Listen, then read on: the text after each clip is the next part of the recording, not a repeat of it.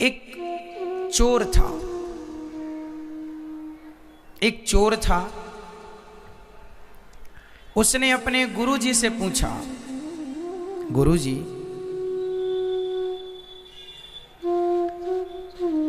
मेरा विवाह कब होगा? गुरुजी ने कहा, बेटा तेरा विवाह तो होगा उस दिन जिस दिन से ठीक तेरा विवाह रात को होगा और सवेरे तुझे फांसी हो जाएगी। जिस दिन तेरी फांसी निश्चित होगी, फांसी निश्चित होने के बाद तेरा विवाह निश्चित होगा। चोर ने कहा कि जब फांसी निश्चित हो जाएगी तो फिर विवाह करेगा कौन? बोले नहीं, ऐसे ही लिखा है तेरे भाग्य में। अब वो चोर तो चोर था, चोरी करना उसने छोड़ दी। चोरी नहीं करूंगा, फांसी नहीं लगेगी। मतलब देखो, उसने जान लिया कि मेरे साथ क्या होने वाला है। अब वो सावधान हो रहा है, पर जो होनी है होके रहेगी। आप कितने भी सावधान हो जाइए, कितने भी चालाक हो जाइए, पर जो लिख चुका है, जो किस्मत में है, मिलना है तय। एक दिन वहां से राजा की सवारी गुजर रही थी। ये चोर पहले चोरी करता था पर अब नहीं करता। राजा की नजर इस पर पड़ गई। राजा ने कुछ याद किया।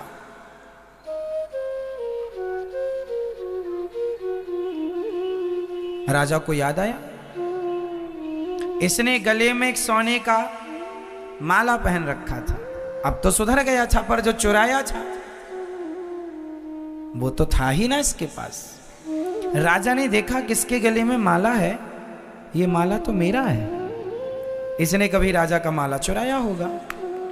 राजा ने पकड़ लिया, बुलाया दरबार में, तेरे पास माला कहां से आया?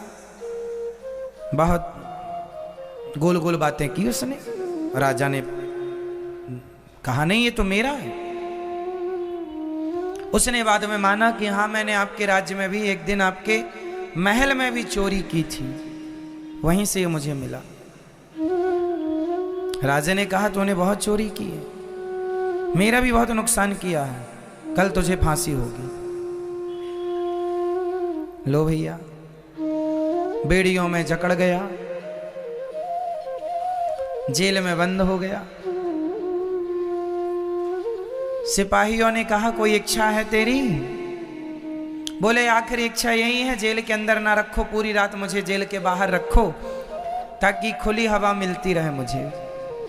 संयोग वो बाहर था जेल के, सड़क में एक पेड़ के नीचे बैठा था कि तभी एक माँ और बेटी वहां से गुजरी। एक माँ और बेटी जब वहां से गुजरी तो सिपाही ने पूछा तुम कौन हो? उन्होंने कहा भैया हम इस शहर में, इस नगर में नए नए आए हैं, बड़े गरीब हैं, कुछ काम मिले तो पेट भर रोटी मिल जाएगी। चोर वहीं था, सुन रहा था। बड़ी प्यास लगी है, चोर ने पानी मांगा तो उस मां ने उसे पानी पिलाया। चोर ने कहा कि ये तुम्हारी बेटी है? हाँ मेरी बेटी है। क्या चाहती हो तुम? बोले कोई नौकरी मिल जाए, कोई सब ठीक हो जाए, गरीब हैं बड़े, खाने को व्यवस्था नहीं है। पर तुम कौन हो? बोले मुझे कल फांसी पर लटकना है, मैं चोर हूं। पर सुनो, मैं तुम्हारी गरीबी मिटा सकता हूं। कैसे? बोले मैं चोर हूं, मैं तो कल मर जाऊंगा, पर मैंने कुछ धन गड़ा रखा है जगह पर। यदि तुम अपनी बेटी का विवाह मेरे से कर दो तो मैं सारा धन से पता बता दूंगा और तुम धनवान हो जाना। तो लड़की की माँ ने कहा, चोर, मैं अपनी बेटी का विवाह तेरे से कर भी दूं और तू मुझे धन भी बता दे, मैं धनी भी हो जाऊं, तो बता इसमें तेरा लाभ क्या है? एक रात के लिए तू किसी का पति बन, इसमें क्या लाभ है तेरा? चोर बोला, रोते हुए बोला, मेरा एक ही लाभ है। क्या? बोले, जब मैं मर जाऊंगा, मेरे मरने के बाद ही सही मेरा बच्चा होगा। यदि मैं इसका पति बना तो बच्चा होगा, और बच्चा होगा तो वो मुझे पिंडदान देगा। और मैंने कोई ऐसे तो पुण्य किए नहीं कि मेरा उद्धार हो जाए। जीते जी सिर्फ चोरी की है, गलत काम किया है। अब एक उम्मीद है कि यदि मेरी औलाद, मेरी संतान मेरा पिंडदान करती है और वो सही रास्ते पर चलती है, तो उसके पुण्य से, उसके पिंडदान से मेरा उद्धार हो जाए। बस ये लोभ है। लड़की की मां ने लड़की से पूछा, ठीक है? उसने कहा, मां जैसा अच्छा लगे। मां को लगा ठीक है, भटक तो रहे ही हैं, धन मिलेगा, ठीक है। शादी हो गई, पंडित जी को बुलाया, घंटे 2 घंटे में अग्नि जला करके फेरे दिलवाए, विवाह संपन्न हुआ। एक रात वो अपनी पत्नी के साथ रहा। संयोगवश भगवत कृपा के द्वारा वह पत्नी उसी रात गर्भवती भी हो गई। सवेरा हुआ, सूर्योदय होते ही राजा की आज्ञा के कारण चोर को फांसी पर लटकाया गया। चोर मर गया। चोर तो मर गया, इसे धन भी मिल गया उसके बताई जगह पर। अब क्या हुआ देखिए, अब जो जीवन में मिलना है वो कैसे कैसे मिलता है, और जो नहीं मिलना वो नहीं मिलता कैसे।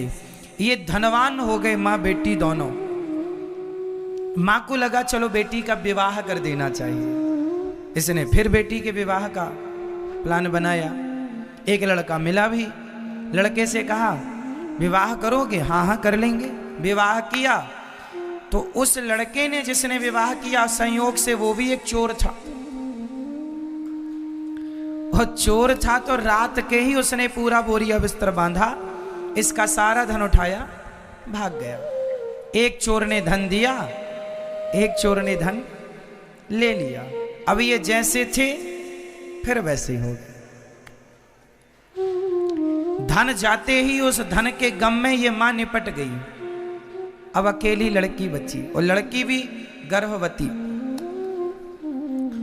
मजदूरी मांग मांग के जैसे तैसे जीवन गुजारा, बच्चा हुआ, बड़ा हुआ। एक दिन एक राजा के बेटे को एक सांप डसने के लिए बिल्कुल तैयार था। इसने देख लिया तो इसने जाकर उसकी रक्षा करने की कोशिश की, पर पहुंचते पहुंचते देर हो गई और डस लिया। राजकुमार मर गया, परंतु जान बचाने के लिए इसने अपनी जान जोखिम में डाली। राजा ने देखा, राजा ने कहा, तू मेरा बेटा। ये राजगद्दी पर चला गया, राजा हो गया। जब राजा हुआ, वो राजा मर गया, अब ये राजा हो गया। इसकी मां ने कहा, इसे अपने पति की बात याद आई कि मेरे पति ने कहा था मेरा बेटा पिंडदान करेगा।